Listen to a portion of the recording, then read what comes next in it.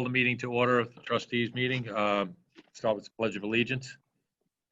Pledge allegiance. Allegiance Flag to the flag of the United States States of America and to the and to the republic republic for which it stands, one one nation, nation, under God, God, indivisible, indivisible, liberty, justice justice for all. all.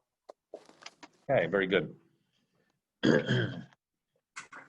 All right, it's the Wednesday, August 26th meeting at 3 o'clock.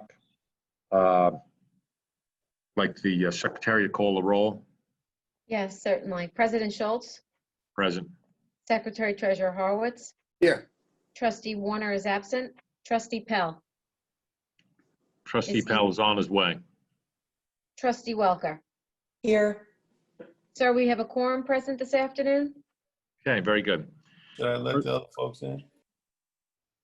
You can if you want. We'll go through a couple of things real quick here.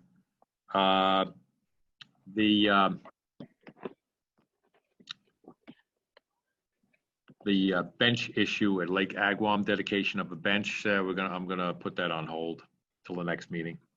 Second item is Josh Brulori Sea Scouts mooring application. Does anybody have any objections to the request for a fee waiver, since we have gotten all the paperwork that has declared a 401(c) corporation, and it's for the Sea Scouts? Anybody have any objections to waiving this?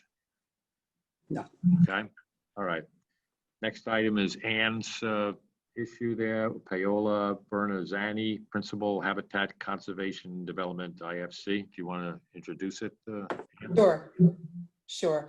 ICF is a global consulting firm based outside of Cleveland, Ohio. Their environmental division has completed more than 70 habitat conservation plans in 26 states. Their team of experts includes more than 30 science and policy experts and over 1,000 technical staff.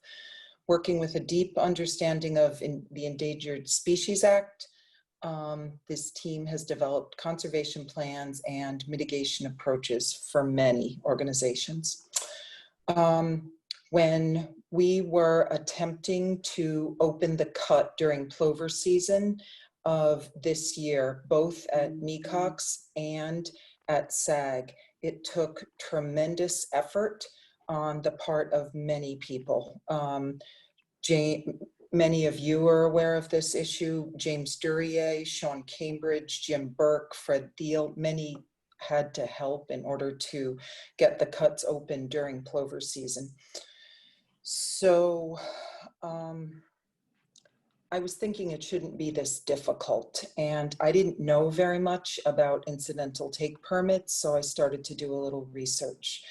And I came upon several towns on Cape Cod that had banded together and had some assistance and were successful in obtaining an incidental take permit, which necessitates a habitat conservation plan as part of it. And these towns on Cape Cod were able to do this because of working with ICF. So I hope that perhaps this is something I'd like to introduce it to all of you and see if perhaps this is something that we can work with. So Paola Bernazzani and David Zippin, I'd like to introduce them. Charles, could we bring Paola and David Zippin on, please? They're in. They're in. Great. Hello. Hi, everybody. Thanks for having us. My name's Paola. Anne reached out to me coming on a couple months ago, just to ask me some questions about how we did the piping plover plan in Massachusetts. I actually spent all of my summers in East Hampton. My grandpa opened the veterinary clinic there, so I'm really familiar with the area, and I was kind of shocked to get a call. But David and I have invited my colleague David, who leads our Habitat Conservation Planning Division within ICF, and we have a couple of slides to share. Our goal is kind of to walk you through, who we are, and then just give you a little bit of background on some of the options that you have. kind of business as usual, like what you're doing, and then some other compliance options as well. And then there's also a program that we wanted to share with you that funds the development of these plans through the federal government, should you decide to go that path. So we're going to walk you through a couple of slides, and then we'll have some time for questions at the end. And we'll try to move quickly and not take up too much of your time. Okay. Great. So, David? yes, hi everybody. I'm David Zippin, also with ICF. I'm going to try and share my screen and see if we can get that presentation started. And you can let me know that you're seeing it. Yes, yeah, looks good. Great, thank you. And I will go to the presentation mode. And let's see here.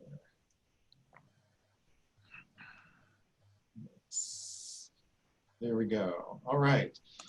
So just Paula gave you a quick introduction.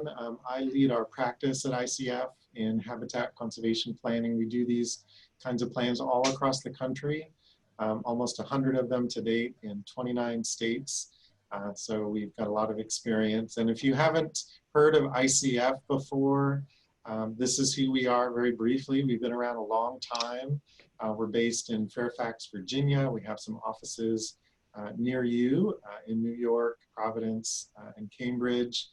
And we have a lot of people working in a lot of different fields, but mostly for federal, state, and local governments. And we've been doing this kind of work for a long time. We do have a dedicated practice in conservation plan development, and also the development of the National Environmental Policy Act, or NEPA, documents that go with them. Paula is one of our very experienced project managers, and we are recognized nationally for this work. And in part, it's because of the work we do in teaching. So we know that a lot of people like yourselves maybe only pursue a habitat conservation plan once. And so it's not like some of your other planning processes that you do routinely. This is maybe a one-time thing, and so you're new to this. But we teach both the federal government as well as many of our clients how to prepare HCPs. And so we're very used to walking you through some of those really important key decisions and important concepts. And then I'll turn it over to Paula. Hi, I'm going to talk a little bit about what a habitat conservation plan is. I'm assuming you guys are at the beginning of your knowledge about these types of permitting processes, so I apologize if you know a little bit more. But basically, we did a habitat conservation plan for the state of Massachusetts for their piping plover issues. And this is a document that gets written to satisfy permit requirements under the Endangered Species Act. And there is essentially two different mechanisms for compliance. One is under Section 7 of the Endangered Species Act, and the other is under Section 10. So a habitat conservation plan is under Section 10, and it's a document that a private applicant or a state or towns would get together and write, as long as they're a non-federal entity. And this would allow them to take an endangered species. And I've provided the definition of take at the bottom of the screen because it's a pretty broad definition that includes harming, harassing, those other things listed on the screen. And within the definitions of harm and harassment, it includes habitat modification. So getting a permit allows you to have some impacts on an endangered species, usually for some kind of written agreement about what you'll do either on the mitigation side or on the avoidance side. The other big mechanism that would be available for you for some of these cuts that you've mentioned is through Section 7, and I'm going to talk about that in a second. So those are the two kind of parallel processes that both allow some kind of take authorization. The HCP, which is under Section 10, is for federally listed or non-listed species. And it does contain what are called no surprises assurances. And either slide works, David. No surprises assurances as a key concept for understanding why you might do a habitat conservation plan. It basically says that once the plan is written, a deal is a deal. And these permit terms sometimes go for 30, 50, 75 years. So you write a plan, and the conservation that you agree to in the plan, the Fish and Wildlife Service cannot come back and ask you for more, even if the status of the species changes or there's some regulatory changes. It really is hardwired into the plan. So they're appealing from that perspective. You get a lot of certainty, regulatory certainty over a long period of time if needed. So it has a streamlining effect, and it also provides more local control, which Anne was talking about at the beginning of the call. Next slide. So I mentioned section 7 a little bit at the beginning. Here you see kind of just a snapshot, and you're welcome to have a copy of this when we leave. But it shows kind of the pros and cons of the different approaches. And the first approach is through section 7. Your activities that you've mentioned so far have to do with cutting and dredging that would involve the Army Corps of Engineers. They're a federal agency, so you can get your compliance through this route. This route is usually the fastest and easiest route, but it's also got some trade-offs. First of all, you will be working with the Army Corps of Engineers, and you will not be driving the process. They will be driving the process. You do not have any of those no surprises assurances through that process as well. And you will be limited to the activities over which the Army Corps of Engineers has jurisdiction. So some of the things I talked about with Anne offline is recreational activities on the beach, and that's certainly what we covered in the Massachusetts HCP. So as these populations of species increase, ironically, you're going to get more regulation. So it's a kind of strange outcome of the population doing well, but recreation does get limited, and recreation could not be covered. It's not under Army Corps' jurisdiction. So that's one of the limitations of the Section 7 approach, is it's very narrow. And it's also short. If the species status changes, if there's regulatory changes, there can be a reinitiation of consultation. So they're pretty short-term authorizations that you can get through that process, but they do have the benefit of some really good timelines that move the process through quickly, and they're generally not that challenging. The next row is section 10, which I was talking about before, and that is for non-federal applicants. So the town, for example, or a group of towns would work together to develop this type of plan, and they would lead the process. And this does come with the no surprises assurances, and it can be very long-term. You know, you could do a 50-year plan and have those regulations written in for the next 50 years. We'll talk about this at the end, but unlike Section 7, this type of process does qualify for federal funding that funds the development of the plan itself. So this is a competitive process.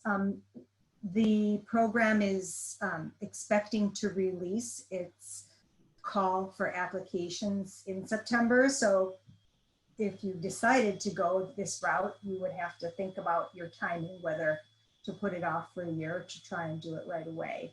But it is a competitive process, although recently almost all of the applicants have been getting awards to do this. Let's see, what else can I cover about Section 10? It does require NEPA compliance. It's generally longer. It can cover the federal activities as well, so it can do both the dredging, for example, or the cutting, and the recreation and other things that might be affecting plovers. And then the final column is something I just wanted to alert you to. It's another option. It's still a Section 10 process, but it's it's kind of a speedier, light process relative to a normal Section 10 process. It's called a low effect HCP. It's essentially the same. It gets the no surprises assurances. No, the consultation is not reinitiated if things change. There is federal funding involved, although because it's limited to in scope, it might be harder to get. But the timelines are generally shorter.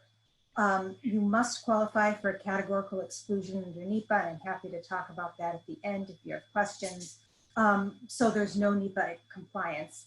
And these are generally shorter. So you might not get the long-term benefits of locking in, a deal, but it's a generally faster and easier process up front. Next slide. And these are the benefits of kind of programmatic planning, which was that middle column. I talked about the no surprises. The mitigation is fixed over a period of time. You don't have the uncertainty of continually having to go through other Section 7 processes every time an issue comes up, and potentially revisiting them when things change. So there's that piece.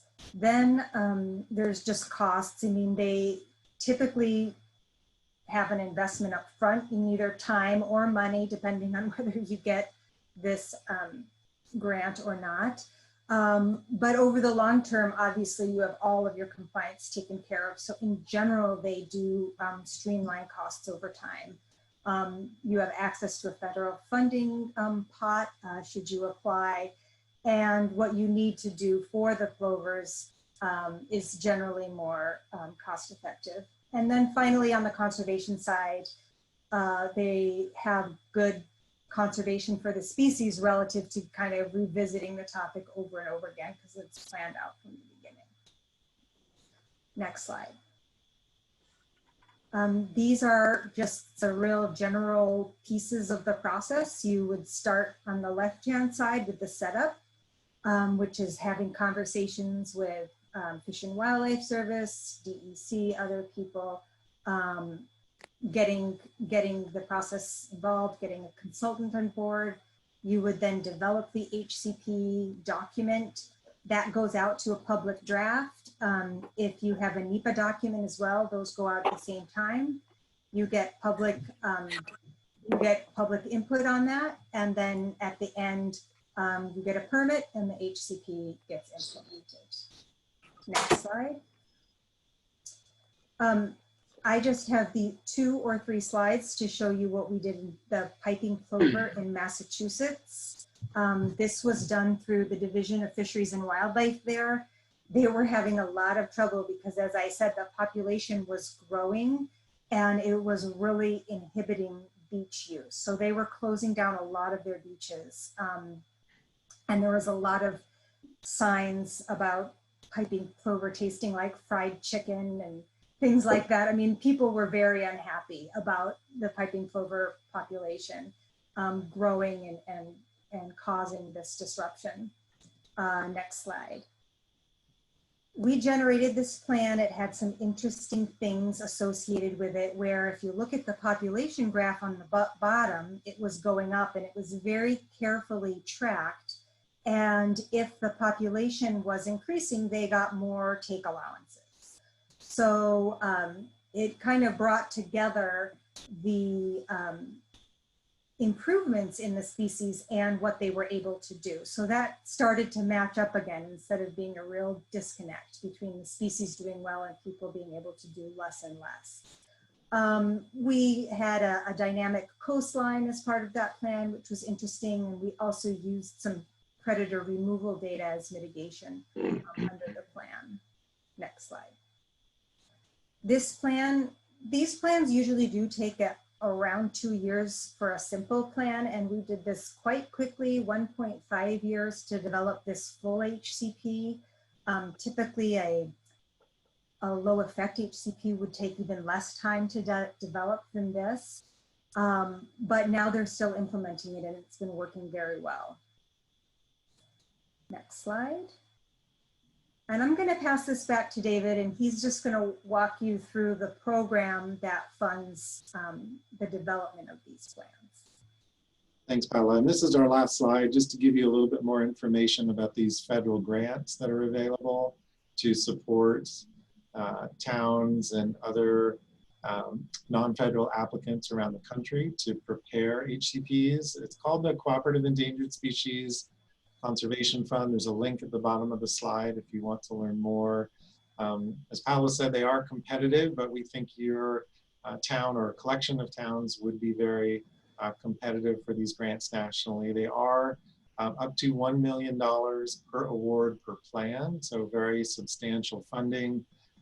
It does require a minimum amount of local match. In the past, that's been a 25% minimum, and you can use your own staff time as an in-kind services match for that. And you'd be working with your state wildlife agency to apply for and receive the funding, since it's part of a cooperative agreement between the U.S. Fish and Wildlife Service and all of the state wildlife agencies. The timing is such that if you were to pursue this, you'll want to make a decision right away to apply for the money. It could be as soon as just a few weeks from now that the grant opens up. The funding, if you were awarded that money, it would not be available until mid-2021. So it's a question of how long of another cycle you'd be willing to wait if you weren't ready to apply now. You can also give the money back. So if you decide not to pursue an HCP and you end up being awarded the money, of course you don't have to take it. Nobody's forcing you to prepare the HCP. This is your own voluntary effort. So we'd be happy to answer any questions you have about HCPs, or we're also very curious about your situation. Anne provided some good background on what you're facing, but we'd love to hear from you too. Well, you mentioned the federal grant program. What's the typical reimbursement percentage, that would come out of our end of it? What's your thoughts on it? So all the grants have required in the past is a 25% match by the local agency. And that match can take really two forms. One, it can be funding that the agency provides itself for consultants, or in-kind match of your own staff time. So in some cases, the HCP applicant actually doesn't pay anything. All the consultant fees come out of the grant and is fully reimbursable. On a small scale situation, do you have any idea of what the typical cost of developing one of these plans would be on a small scale? Yes, in the case of the Massachusetts Beaches HCP, which is, let's say if you were to build a partnership with your adjacent towns in the region, then you would have the HCP plus the NEPA document. It's probably on the order of $100,000 to $200,000 to prepare a plan like that. The cost range also depends on how much stakeholder involvement you would have. For a plan like that affects residents so much and their beach use, there often is some degree of stakeholder involvement, and that would add cost as well. So all of those costs could be covered by that federal grant. And if you were to do a low effect HCP, which may or may not qualify for federal assistance just because it's smaller in scope and less ambitious, that would probably be similarly less expensive. You wouldn't have a NEPA document. It would probably be in the 50 to 70,000 range. Okay. Scott, did you have a question? You basically are answering my questions. I wanted to know, roughly what the costs were on these things. That's what I was going to ask. So thank you for answering that. So if we were talking $200,000 and 25% of that would be $50,000, how would we calculate that out as far as time for staff, their salaries as it is right now? That's right. So you'd have to estimate how much time staff would be spending on the process, and depending on that timeline that Paula mentioned. And then you would be accounting for that time and reporting it to the Fish and Wildlife Service as part of your MAT. This have to be a bigger conversation, as you alluded to, all the various different stakeholders in terms of, the participation and what, if we do move in this direction, how we would identify the funding sources that would take care of that. So that's a totally different conversation. But thank you for this information. Right. It's good information. Yep. Jane, Sure. Jane- Yeah, as an example, in Massachusetts, actually the Massachusetts Beach Buggy Association helped to fund the HCP because it was in their direct interest to have the HCP in place, so it gave them more access and more flexibility in their members' beach activities. We've got a huge number of stakeholders that's greatly affected by the activity or inactivity of what occurs here. And, I think that, there's the good possibility for substantial stakeholder participation, especially since, a lot of what gets affected by the activity or inactivity is outside of our jurisdiction. Right. It's really got to be an all hands on deck because it does affect everybody. But again, if the board decides to move in that direction, then we would figure out, how. My view is, it is kind of on the smaller scale side. We have one opening a year at Mecox, generally 1 to 2 that is in the window, the plover window. So, I mean, we run in a program protecting these birds and, you would think you'd get more flexibility, but here we are. Right. Yeah, the Endangered Species Act is here to stay, unfortunately, and it applies to everybody. We know. Do you have to demonstrate a number of breeding pairs before you can implement such a plan? I mean, and the success that you've had in the past years? Is there a trigger point? Yeah, I did look at your latest annual report of your plover monitoring program, and you clearly have had success. The population has been going up over the last several years. So that's, as Paula said, both a good thing and a bad thing. But for the purposes of the HCP, it's a good thing because it demonstrates your track record in doing effective monitoring and management. And it's important to the service to know that you're going to be able to mitigate effectively. And I think you've clearly demonstrated your ability to control recreation to a point where the population is increasing.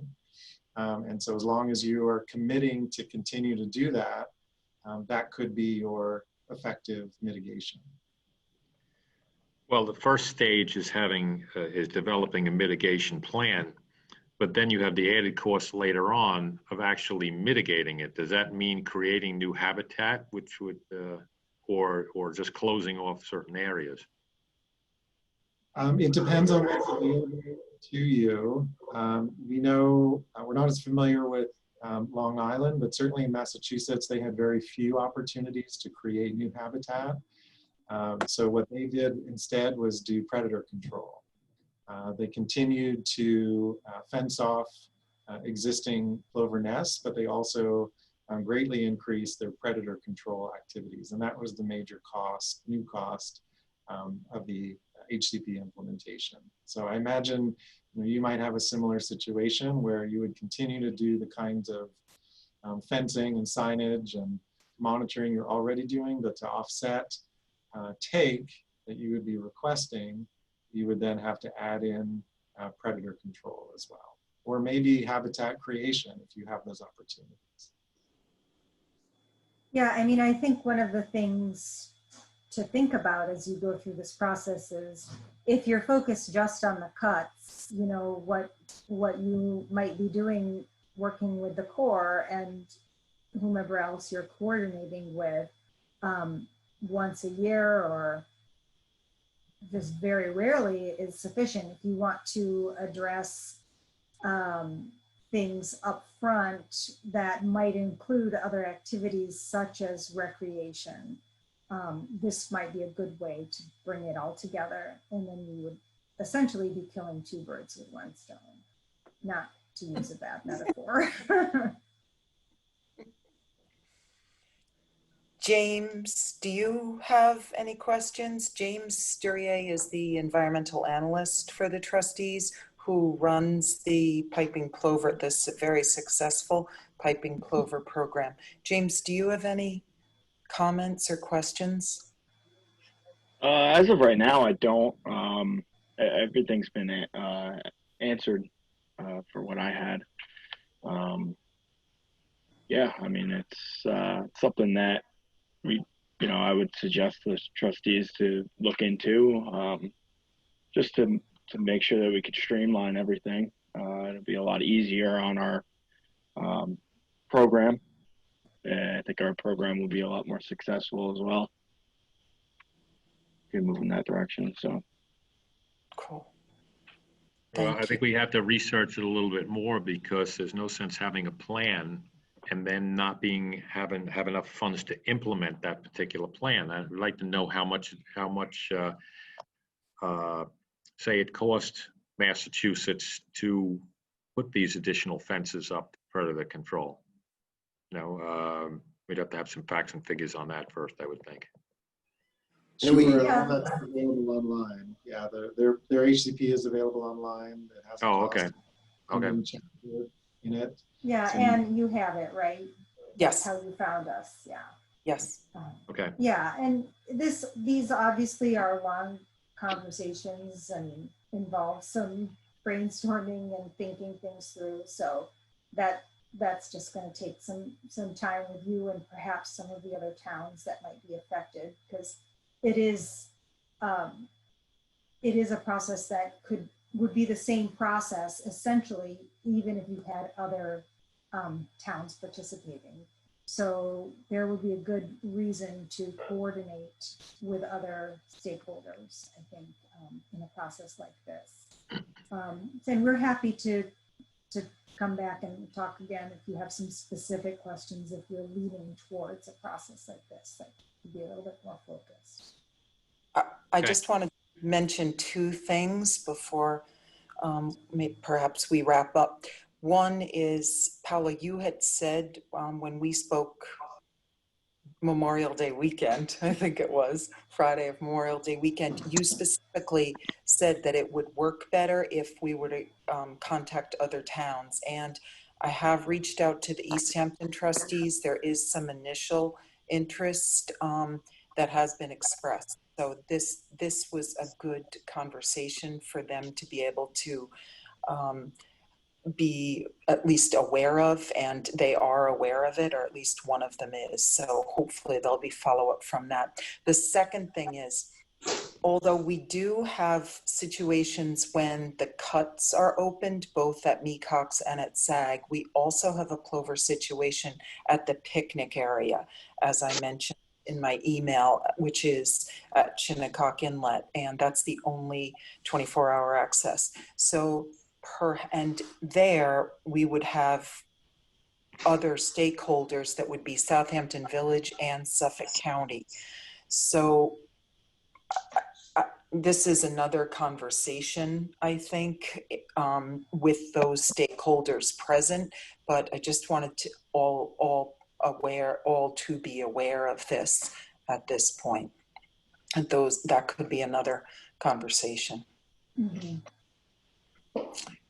Sean, did you have any comments or questions after our conversation the other day? Sean Cambridge is the trustee's attorney, and he, along with James and Scott and I, was on a call the other day with Army Corps and Fish and Wildlife and many members of DEC. Sean, do you have any questions or comments? I don't at this time, at least until we hear from the DEC and their perspective.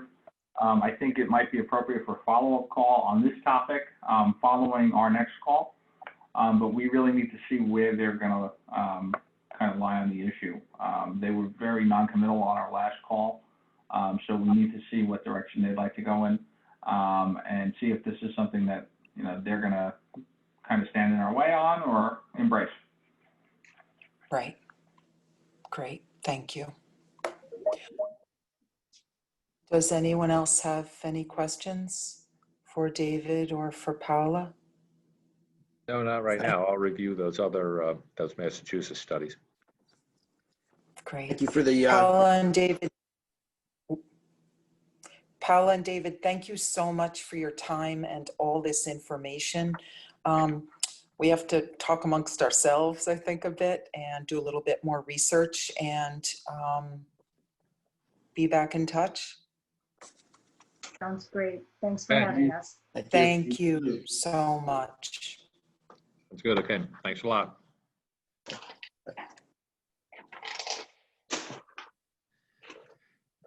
Okay, let's go into general permit applications for determination. We have the first one I'm sponsoring is Margaret R. Wentworth Living Trust, 15 Sandpiper Court in West Hampton.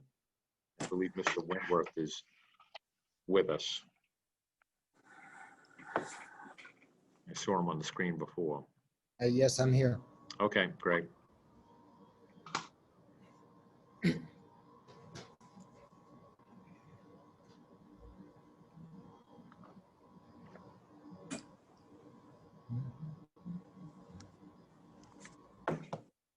Just let me know what Okay. you want me to show. Okay. Eric. All right, well, Mr. Wentworth, would you like to, just explain the project a little bit? Sure. What happened? I think if you can scroll towards the end of the application, we have photographs. Okay, yeah, just let me Sounds know good. what put on there. I think there's like 5 or so photographs, right? There you go. That's a good one. Yeah, in the summer of 2018, there were a couple of torrential rain downpours. The bulkhead was permitted and refaced by Mockridge Contracting back in July of 2005. At that time, they just built the front of the wooden bulkhead and put in the vinyl sheathing. I don't believe they did any work on the tie rods at that time. And what happened with the water pressure in the ground, the bulkhead on this canal has been there since the property was developed, I guess back in the late 60s, early 70s. I don't know if it was the original bulkhead, but we bought the property in 2000, well, at the end of 1999. And then we tore down the house and built a new house in 2004, 2005. That's when we had the bulkhead refaced. But the water pressure over time, basically the tie rods that were there started to fail. Some of the heads of the tie rods in the front of the bulkhead broke, and then some of the tie rods themselves were actually so deteriorated they were like pencil thin, and so they broke. And of course, once 1 or 2 broke, there was just a ripple effect right down the bulkhead, as you can see. I think there's another shot that looks the other direction too. Yeah. Mhm, So yes. basically, the bulkhead moved about 3 feet into the canal.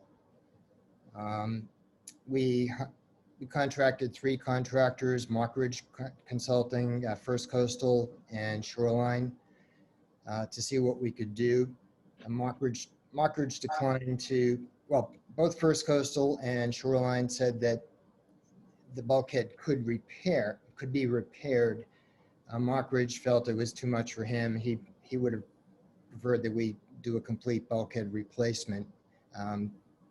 We were in the process of getting ready to sell the house, and so we just wanted to get the work done. And we were assured by First Coastal and by Shoreline that the work, they could effectively, what they did is they excavated, well, Shoreline, we ordered the contract to Shoreline, they just back excavated behind the bulkhead all the way across and installed new dead men all the way, every 6 feet or 7 feet on center, all the way across the yard. That's my wife standing there, about the length of the tie rods back. And as they installed each dead man, they pulled the bulkhead to landward as much as they could. They didn't achieve a completely straight bulkhead. They were unsure how deep the vinyl sheathing went, and they were concerned if they pulled it too much that the sheathing might actually split at the seams. So they did the best job they could.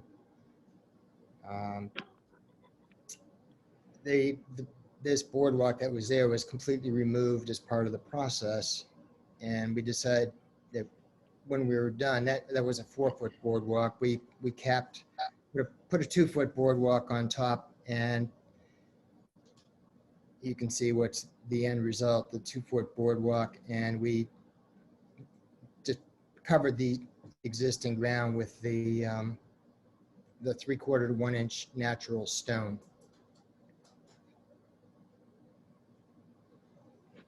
You can see the original, the vinyl bulkhead and some of the new tie rod heads that are put through the facing. And because of I guess we were unaware. I mean, we contacted 3 reputable contractors, and at that time, nobody said we needed to have any permit. This is a repair, and I guess landward side, we were advised there was no permit necessary. Recently, the reason we're here now is because we are in the process of trying to sell our house. We had a commercial real estate lawyer from New York City come out, and one of the things that commercial real estate lawyers do is they ask all sorts of questions, such as permits. And they contacted James DeReer at that time, and they were advised that, yes, we should have had a permit. But that was brand new news to us. Excuse me, who did the work for you? Mike Trovich at Shoreline Bulkheading. Okay. He did he's done a number of bulkheads on this canal. And if you go back to an earlier photograph,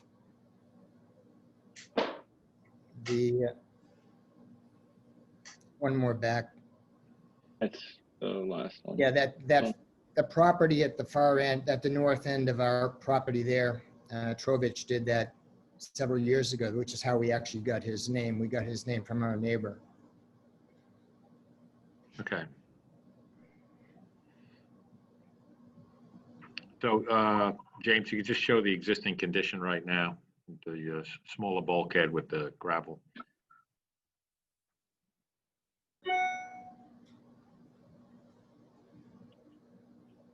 Okay.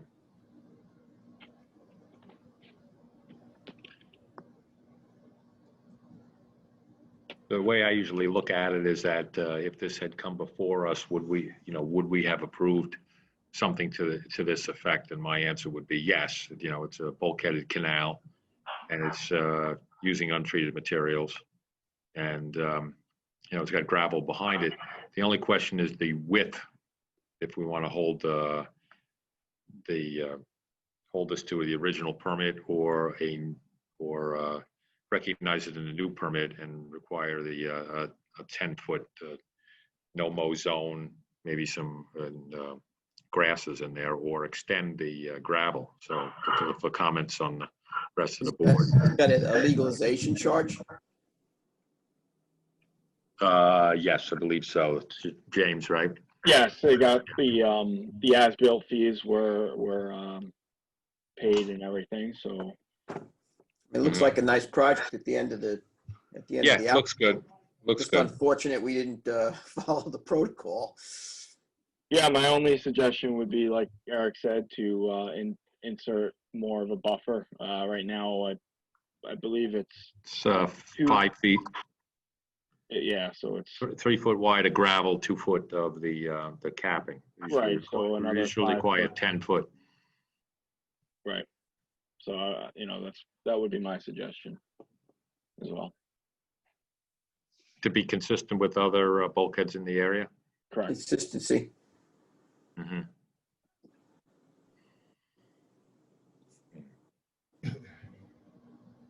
So what's everybody's pleasure on that? Gravel or some kind of planting? I'm fine with gravel. I'm fine with the gravel.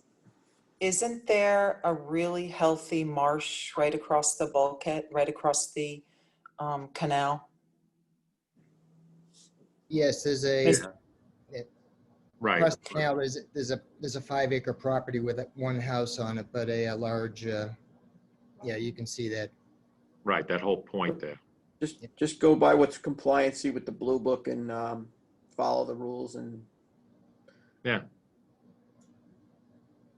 I would like to suggest that some native vegetation be installed in that additional 5 feet.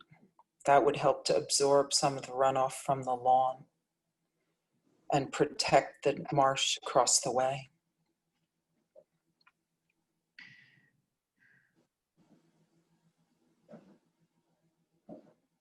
well, that would be the first one that we're doing down there. I don't know, I think just keeping the grass back from the bulkhead would be sufficient enough. I'm going to recommend that they increase the size to the 10 feet with the gravel. I'm fine with the gravel too, Eric. You know, This is Norm. There's a question, is the 10 feet, does that include the 2-foot cap? So it's 2 yes, foot. So it's about roughly 8 feet of gravel at the end of the day. right. Okay. That's what I would suggest. And how thick is the gravel? It's a 3/4 inch not Right. 3/4 inch natural stone. So it's about 3/4 to 1 inch diameter. I mean, how deep? How deep? It's about 3 inches deep, and there's a black mesh matting to prevent any growth underneath it. Mm-hmm. It's about 3 feet deep. and you're Right. not spraying you're not spraying any vegetation killer on it, right? No. The biggest thing is to keep the lawnmowers at least 10 feet away so they're not blowing the grass into the waterway. Uh-huh. I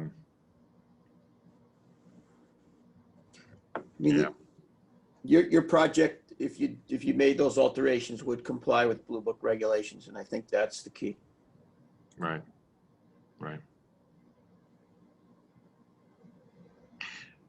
All right. Well, I'm going to recommend that we advance this with the gravel. We can vote on it at the meeting of exactly if there's any changes that any of the board members want, but I'm going to I'd like to advance it at this, in this aspect like this. Well, do you want him to submit a plan that shows the 5 foot more of gravel, or? I think that's what you should do. Yes, Submit yes. a plan that shows it being in compliance with the Blue Book regulations, and then advance it, Yes. my view. Okay, and then we can vote on it at the next meeting.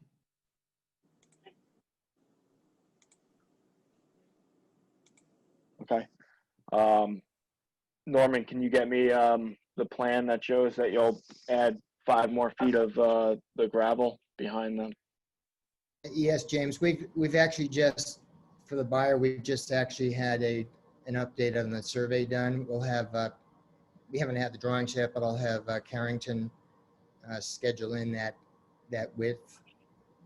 And then we've already had some landscaper quotes, so I'll have a landscaper quote, showing that the gravel will be installed, the activity to put it on, and plus submit a survey with the total 10-foot barrier on it. Okay. Okay. When do you think you can get that to us? The physical work for the survey was done last week. The drawings should be ready. I'll contact Raina Marks if later this afternoon or tomorrow morning and find out when they can do that.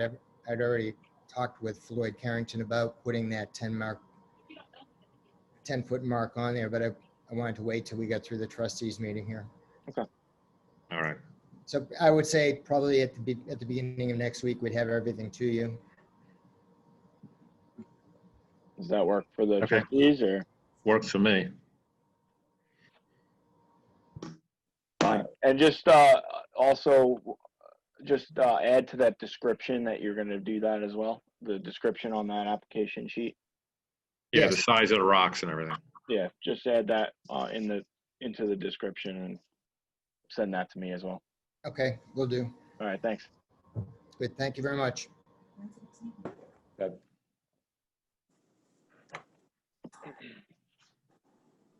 Am I up? Yep. Yes. Okay, so I've got Jessica Latman and David Rosenberg, 27 Meadow Lane, Village of Quogue. I've got Gina Rigdon, DKR Shores. Is she here? Hi, how are you? Hi, Gina. Can you Hi, see me? Gina. Hi.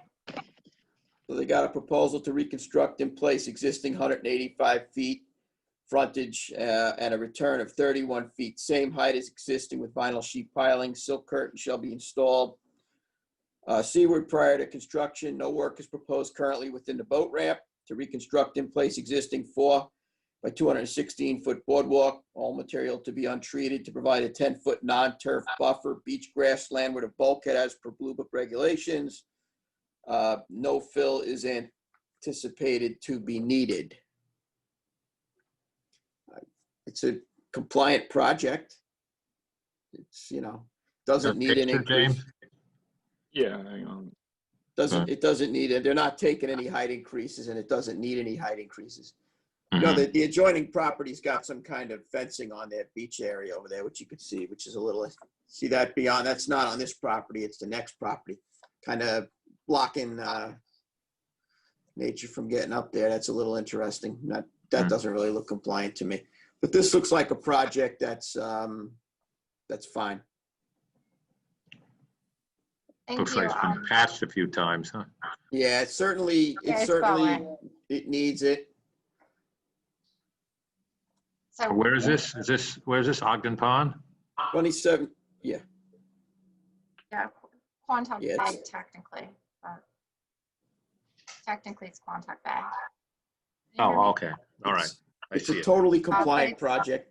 It's bowing out, so the main part of the bulkhead needs to be done ASAP because they're building a new house. So all the disturbance has to be done. The boat ramp we're going to deal with after I have more discussions with the architects and landscaper as to what to put in that slip. I'll have to design that at a later date. It's just the main part of the bulkhead is the priority right now. So at some point, after I get some DEC comments back from technical about what to do in the actual boat ramp area, then I'll modify the permit later down the road, just not right now.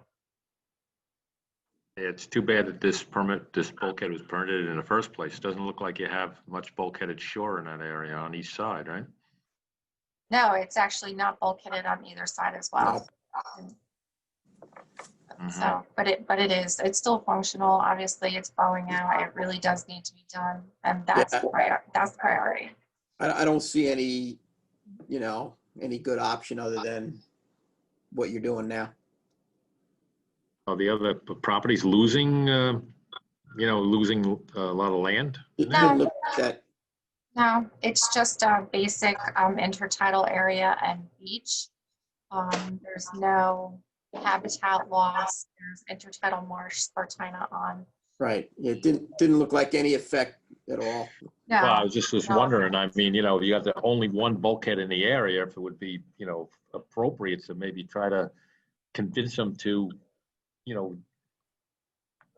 join the character of the area and to save them a lot of money by taking that, letting that thing, cutting it down and making it into a low sill and letting the area regain its natural character, instead of a big bulkhead. I mean, you got bog on each side and then you have this big bulkhead. I mean, you're not getting a lot of fetch in there. Well, landward, they got a swimming pool. They got a swimming pool, and then Yeah, they got there's a a lot of. pond. So when you factor that into the other activities in the upland, it's kind of like trying, it's existing. You're trying to get a balance. You see, they have maintained a decent buffer. Yes, they have. Landward of the walkway. I was there today. You can see beyond that, it's a beautiful lawn, but they are, doing their part to try and buffer the waterway. And I did look either side and, to try and start messing with that grade. It's a pretty good size grade. It's a pretty good grade, right? Yeah, there's a picture there that's going to show you a stone set of stairs that, is very nicely done.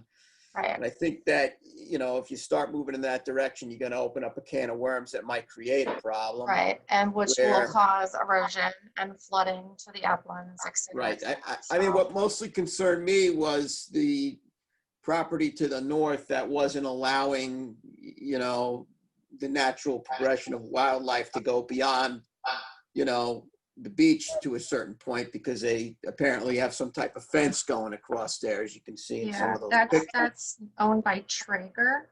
And they have some kind of, sand fence up there. That's not obviously my client's property. No, yeah. That's the thing that troubled me more. That, and then my lovely horseshoe crab pictures. They were on the beach over there. Yeah. Yeah, I know, but the bulkhead's preventing all wildlife from going up on the shore. I mean, you know what I mean? Is it that sand area that's to the north? Yeah, right there. Is that being caused by the bulkhead, or have they been clearing that out? Because it looks No, I kind think of they've been- artificial. I think I don't know. I can't speak for the adjacent homeowner, but I think they're using it as like a beach. And it's probably from human activity. It's not from the bulkheading per se. Yeah, I mean, Um, definitely, because I mean, if you go there and you look at it, and you could see the fence that they put there, and you could see the tides get right up there, and that's not allowing, whatever wants to go up and back there to do that. If there was a conservation, it's in the village, so I don't know what the deal is on their property, but if it was in the town and there was some type of a conservation buffer there, that would probably be a violation, over there. But I don't see this really having an effect. But there is a substantial elevation difference here, and I don't see, based on the upland activities that have already been permitted here, anything other than an in-place, in-kind, just, maintenance of this thing, working out. Correct. And legally, they're allowed to replace the functioning bulkhead under Blue Book regulations. So really, I don't see, this is so standard. And Right. And to the credit of the homeowner, when I went there this morning, they do have, they have maintained that a buffer. buffer on their And own they're- and voluntarily. Yeah, which was nice to see, especially where I was. right. So that's my view of it. And I think it does comply. Your plan that you have here, I believe, does comply with I Blue Book believe it- regulations. I believe it does as well. So it's the board's pleasure. I would say, under the circumstances, I would let him do it.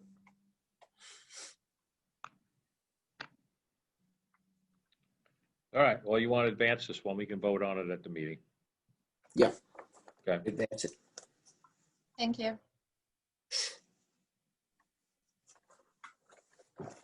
Okay, Ed's is next. That's MH Ocean View LLC, Ocean View Drive. All right, you want to bring that up, James? Go get it.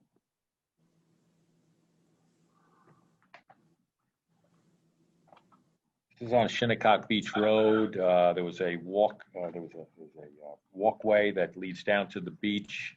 The DEC didn't like the size of it. They cut it back from 6 foot wide, I believe, to 4 foot wide. Not that one. At the end, the 4x6 drop platform, right? This is Ed's plan.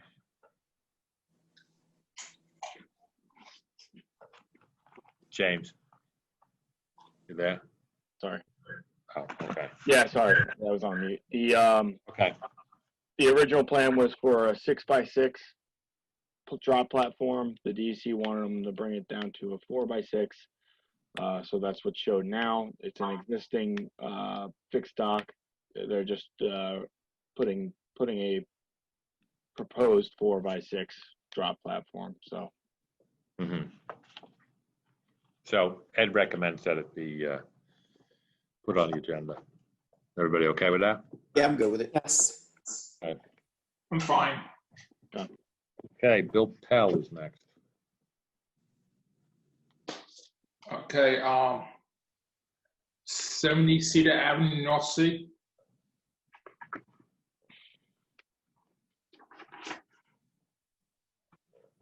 Is Surfside on?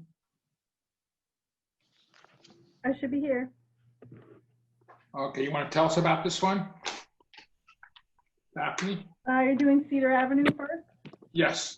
Okay. I don't have the pen in front of me. I was trying to find it, but Okay, so 70 Cedar Avenue, it's David Glass.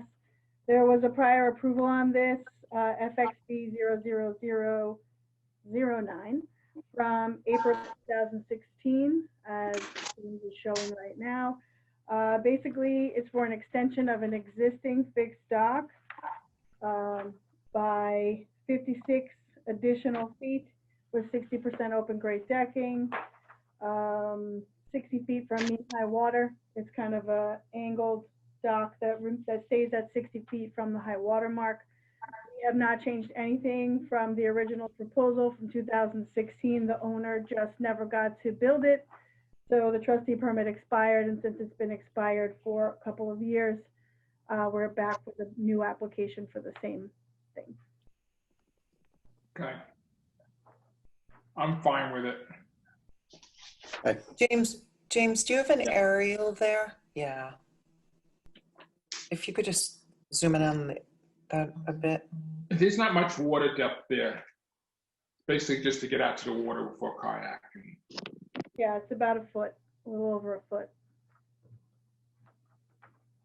Where the dock ends right now, it's basically no water. So they just want to get out to a little bit more water.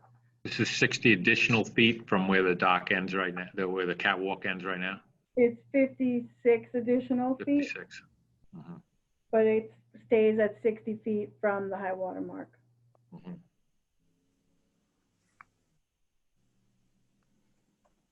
Okay. What's the property next door as far as the angle of this? You calculate that out? It seems to be following where you have a pie-shaped lot. So how does that affect the property? It's about right in the middle when it goes out. Goes out on the angle. Mhm. So it stays in the middle instead of going out the angle of the dock where it is now. Right, so it doesn't project past the one property line to the north No. and the south, or, yeah, also, yeah, okay. Actually, if you put the dock out straight, it would go out further than 60 feet. Mhm. But on an angle, you lose some of the feet. Yeah, Okay. and I think we're showing on the plan, there's some very faint lines that are probably not showing here. Yeah, that's it. That there is a triangle extension of both property lines. The dock itself does remain within the extension of those lines. And is there a ladder at the end of the dock? Yeah.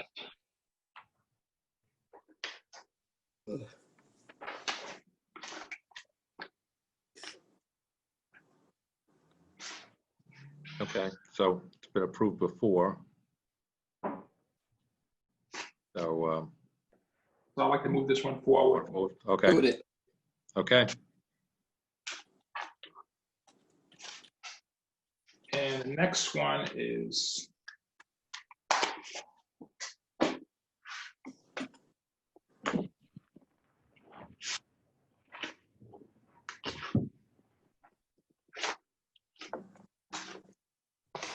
You want to do 34 Old Fort Pond? Yeah. Just digging it out right now. So tell us about that one. So this is an existing bulkheaded property. There is a fringe of some Spartina alterniflora right in front of the bulkhead. The owner wants to extend a dock that would be more than 10 feet from the property line, the float. So it'll be a dock with a ramp and a float. The dock will be 35 feet extending from the bulkhead with 60% open grade decking with the 30-inch by 11-foot ramp and a 6 by 20 float that will be in a T configuration. And as I said, the float will be at least 10 feet from the southern, no, that's not south, that's west, the western property boundary. It'll be in 2.3 feet of water, so we're proposing chocks on the float to keep it at 2.5 feet above the high water, low water mark. Sorry.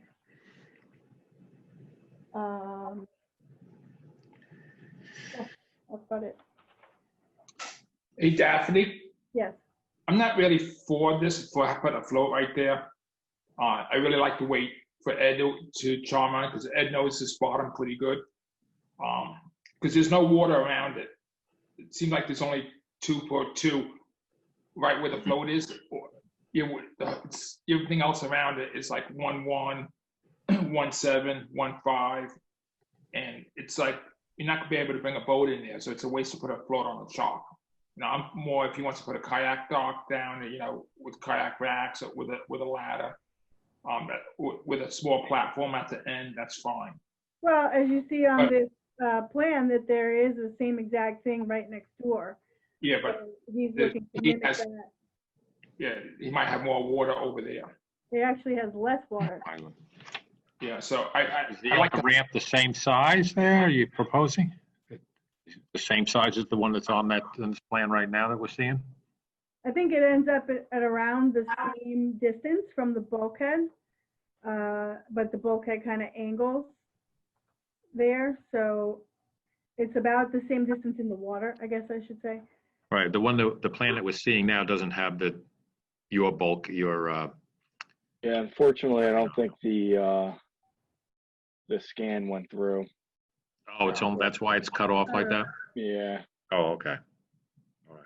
Yeah, so if you go back to that other one, James, basically where the here, right? 3 is where my float ends. So the float would basically be at the same setback as that other float, but be in deeper water. Mm-hmm.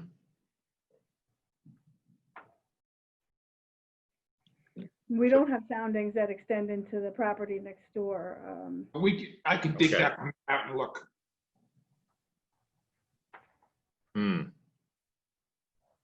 It looks like you only have like a hole right there. In order to get to that, you have to go over a very substantial, shallow water for a great distance to get to that hole, to the low spot where you're proposing the dock. Yeah, I don't know if it would be good to see if there are soundings for that property next door, because maybe that dock was granted because the water is deeper. There might be a channel. I know that this kind of happens in 04 Pond, where there's these shallow areas and then there's these kind of deeper sections. I had this issue much further down Little Neck Road. This is, of course, further north in the pond. Who did the soundings at the edge of that thing? Did Fox do those particular soundings, or did he pull them off some other plan? Oh, he did those soundings at that dock. Oh, okay. And where? Yeah, let's see the aerial where you. Yeah, you can see that. You can see that low spot right along there. Because it was dug out at one time or something.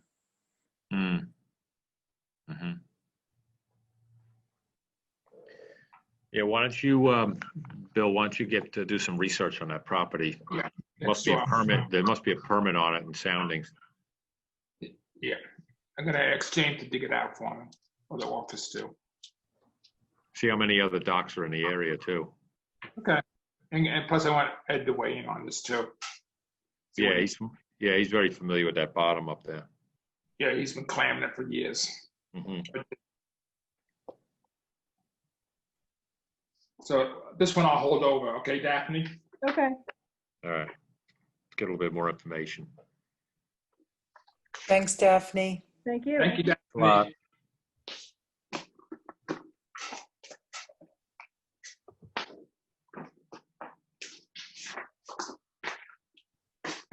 Next Okay, one Bill. is InterScience. Are they here today? Anyone from InterScience there?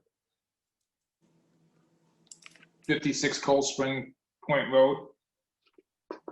Checking now. Brant on or no?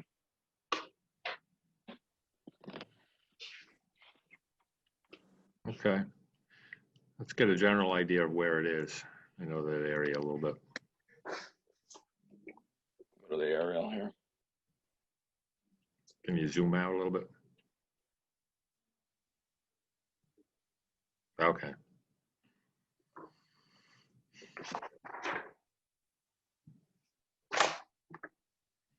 This proposal to replace approximately 160 feet of linear feet of bulkhead continues to protect the subject property. A 4x5 fixed platform with handrails extending from said bulkhead down to a 4x14 ramp down to a 6x20 float and two pylons. There's two bulkheads here, so this one has to go back to the original inside bulkhead. Mm-hmm.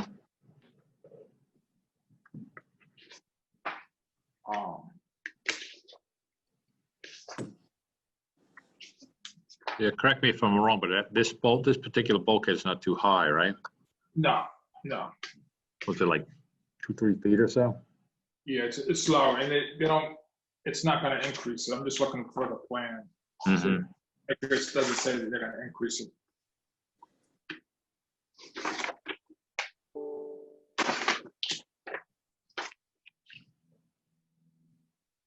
James, do you have a copy of the plans so you can show them? The plans are on right now. Okay. It's on. Do you see it? Yeah, I see it. You only go to a different page. Here's the. They're not raising it. It's staying the same height. Mm-hmm. It's pretty straightforward. I have no problem. There's plenty of water for the float. Mm-hmm. Area before. It's gonna be shore guard, vinyl, PVC. Yeah. Okay. Only thing we might want is a listing of the what's going to be in the what they're going to plant in the buffer. Okay. Doesn't really say what's going to be in the buffer. They're going to leave it natural, but I think there's going to be a lot of doing property. That's the only thing I would ask for. Plant list for the buffer. Okay. What'd they say in the panel? Does it say anything about that? I can't Say find anything. Okay. It's the only thing I'm missing on it. All right. So I'll have them add a vegetated buffer behind. Yeah. Then it's besides that, I'm fine with moving it forward. Okay. All right. So Ann's next. Okay, this is anybody from First Coastal here?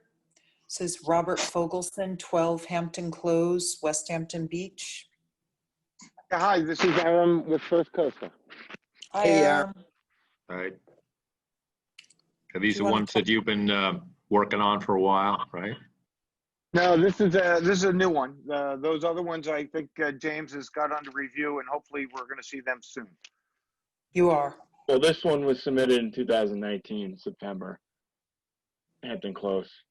Right. Okay. Yeah, so Ann's been working on it Yeah, all right. before January, so. Okay. Want to describe it, Aaron? All right. Yeah. So this is a living shoreline project. We've got an undermined marsh. I think there's some photos here, James, that you can share with the board. Yeah,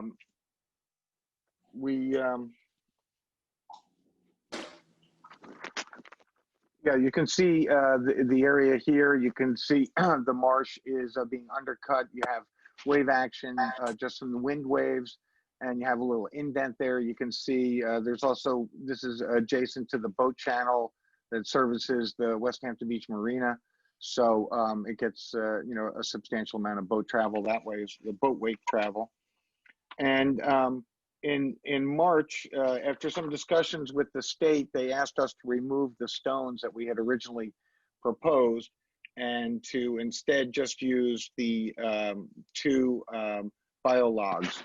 And so in March, you got a revised application for just the two biologs, and then with the shelf-filled bags seaward of that. I think there should be a cross-section, James, that we provided. Yeah, there it is. So you can see the two biologs that are going to be staked in. and planted, and then you can see the shell bags that'll be seaward of that to act as some tow protection. We have some concerns how durable this is going to be in view of the boat wakes and the ice, but the client has authorized us to move forward, and we're going to cross our fingers and hope it works. We've gotten our approval from all the other agencies, and I believe that copies of that were supplied to your office. Hey, why did they want? How it works. I'm sorry? Who wanted you to remove the rocks off the plans? It was the Department of State. They really dug their heels in. I had a series of emails and telephone conversations with them, and they refused to budge. I think that the stones would have been perfect here, very similar to what this board and the DEC and others approved on the mainland over off of the Sandpiper area. That was approved earlier this year, I believe. We thought that this was a very compatible design, but I couldn't move them. I tried.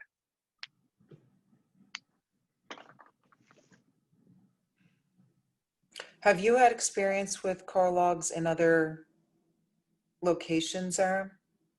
Oh yeah, we've installed hundreds of these. You know, they're very good, but they're susceptible to ice damage and they're susceptible to wave damage. I think these people need some type of protection. I sent a half a dozen correspondents to the DOS showing them how the marsh was undercut and how this area had eroded 10 feet, and their answer was, the house isn't in danger. I said, no, the marsh is in danger. That's why we're trying to protect it. But I think this is the next best thing. Is there a maintenance or a monitoring program that's associated with the installation of these core logs and the shell bags? We monitor and maintain all our projects. So yeah, I mean, we would definitely be checking on it and, maintaining it as needed. Okay. Does anyone else have any questions or concerns? Yeah, let's see how it works. Thank you, Aram. I'd like to advance this. Okay. Thank you very much. Of course. Aram, you also have Joseph Carney. Yes, I do.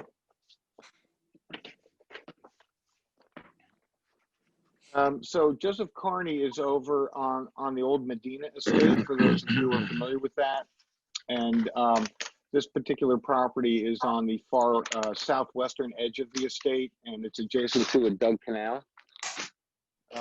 So the project consists of removal and replacing in place of an existing bulkhead, and then of course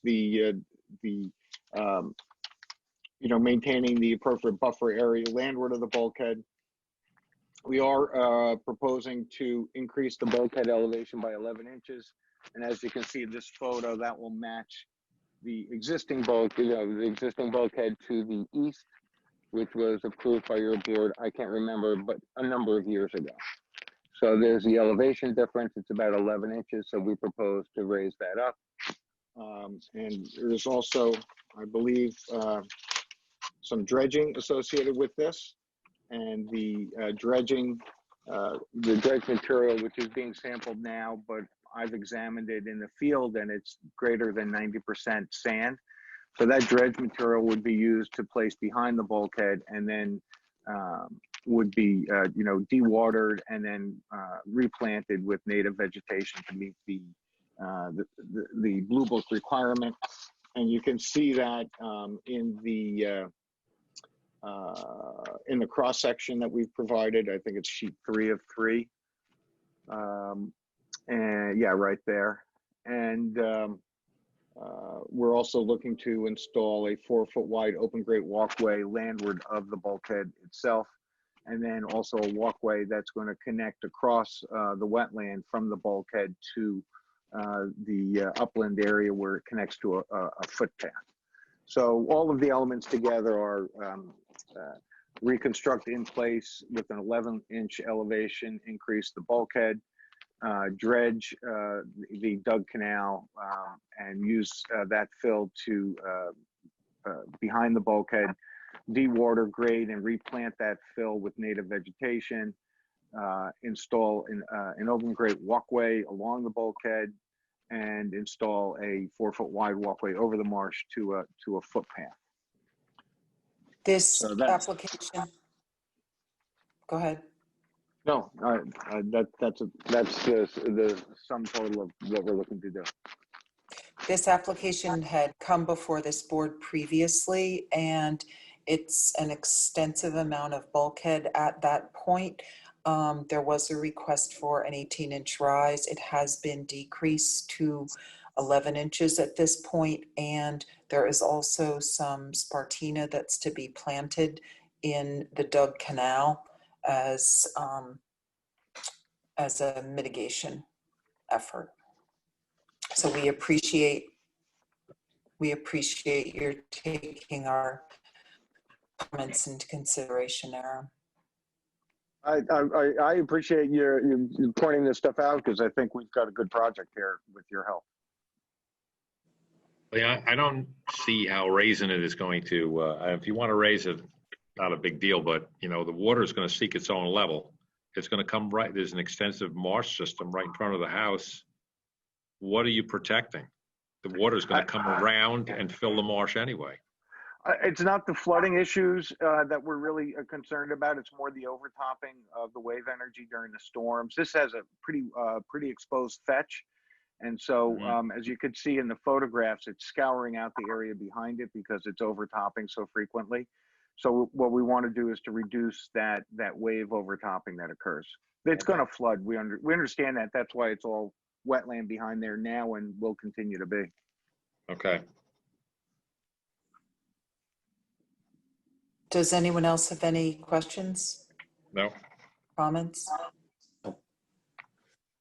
I'd like to advance this then, please. Thank you, Aaron. Thank you very much, Trustee Welker and board. Okay. Anybody have anything to bring up? Well, I have one more. Eric, please, 11 Reynolds Drive, LLC. West Hampton, 11 Reynolds Drive, West Hampton Beach, land use ecological. This was added. Is anybody from land use here? I'm here. How are you guys? Hello. You want to talk about this, please? Not least, well, very simply, this is an area that had been eroding. There are a seaward row of small rocks in front of it.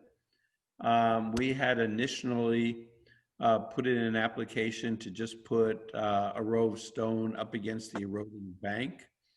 And that's what DEC wanted done. The board, most properly, I would say, suggested that we did more of a living shoreline, which was actually the first plan that we'd submitted to DEC. They denied it and said we just should put rockstall in the front. Ann was nice enough to say, listen, we'd rather like your first plan, even though DEC didn't like the plan, and called Andrew Walker, and correct me if I'm wrong. I spoke to Andrew Walker last week. They still haven't done anything with it. So this plan is fine with the owner. It's fine with us. I think it creates some marsh. It puts a second row of rocks, and we plant both intertidal marsh between it and high marsh behind it. So I think it's a good example of how we should be addressing these. But Ann, if you wouldn't mind calling Drew again and trying to get them to approve it, because without their approval, we're not going anywhere. Okay. But it's about 70 linear feet of additional stone with backfill on both the seaward and landward side, and then alternative flora and patents. Anyway, I think it's a good project, and I appreciate Ann's help with it. But DEC has been very difficult lately, even trying to get answers. No one's in the office ever, so. Okay, I can call that. So I think, do we have to hold it then pending DEC? Well, I'd appreciate it if you approve it. Oh, we're gonna approve it because we've had determinations from the DEC, not in writing, that our permit is the one. We've that had controls. We've had I'd other, rather you approve it, because then it's a bit of a hammer that this is the only thing we're gonna get approved here. Perfect. So I Okay. could go even higher than if necessary. okay, no, that's fine. I would much prefer to do it that way. That's fine. Then if we move it forward, and I'll call DEC and we'll see what we can do. Okay, I appreciate the help, Ann. Thank you. Okay. Sure. Thank you, Chuck. Thank you, guys. Take care Have a now. good afternoon. Yep, you too. Bye. Okay. Anything pressing to bring up, or you want to wait till the regular meeting to bring up any items? I mean, as far Really as quickly. discussion items. Really quickly, Mill Pond, there are carp that are being removed yesterday, today, tomorrow. There is a dumpster there because the fishermen that had previously taken the carp and sold it or given it for lobster bait was not able to help this time. But the dumpster is being removed and emptied and replaced each day, and tomorrow is the final day of the carp removal. There are 4 floating islands that have been installed at the curve on Deerfield Road. You can see them as you drive past. The purpose of the floating islands is the plants that are on the islands are intended to absorb nutrients from the pond and help to diminish the harmful algal bloom. Do the islands move around, or do they just stay right there? They're moored or anchored, and they will remain in over the winter. They may be moved at some point, but for now, they're in that location. There's a couple of neighbors called up and complained because they were right in their view. And so I told them to call you. I don't know if they ever contacted you or not. I got 2 phone calls, so I happily talk to whomever. They did about moving them over a little bit. Sure, I'd have to ask Princeton Hydro. Yeah, because they're right in their view shots. When they look out the window, they see all 3 islands. Who chose the location? Princeton just decided where they were going to put it? I mean, how'd that work out? Their thinking was that the islands were placed to capture or in an area where there was significant runoff from Deerfield Road, even though all that drainage work has been done.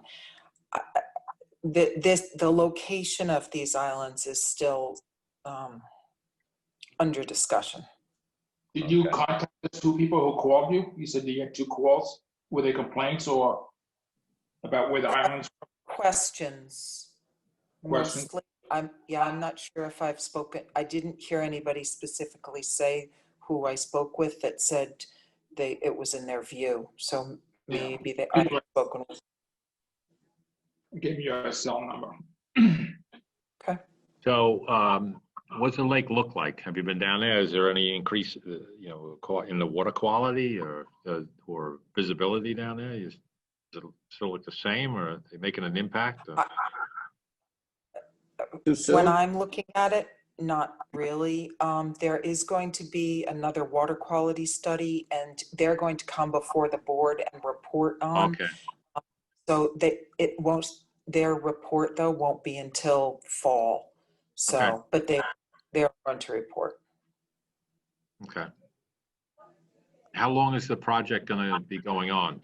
They have a contract, long-term contract or something, or do you have any idea? I believe it's 2 years. Oh, okay. So this is the final carp removal, and the islands are in over the winter, and then we see water quality study, and we see. Okay, that's cool. Anybody have anything else? Not. No. All right, That's pressing. so we'll close the meeting and go into executive session to discuss some legal issues for legal advice. Everybody okay with that? Are we Yeah. staying? Are we staying Zoom or are we calling You in? just need to Oh, we're second. gonna have, what? You just need a second on that. Second. Yeah, all in favor? Aye. Aye.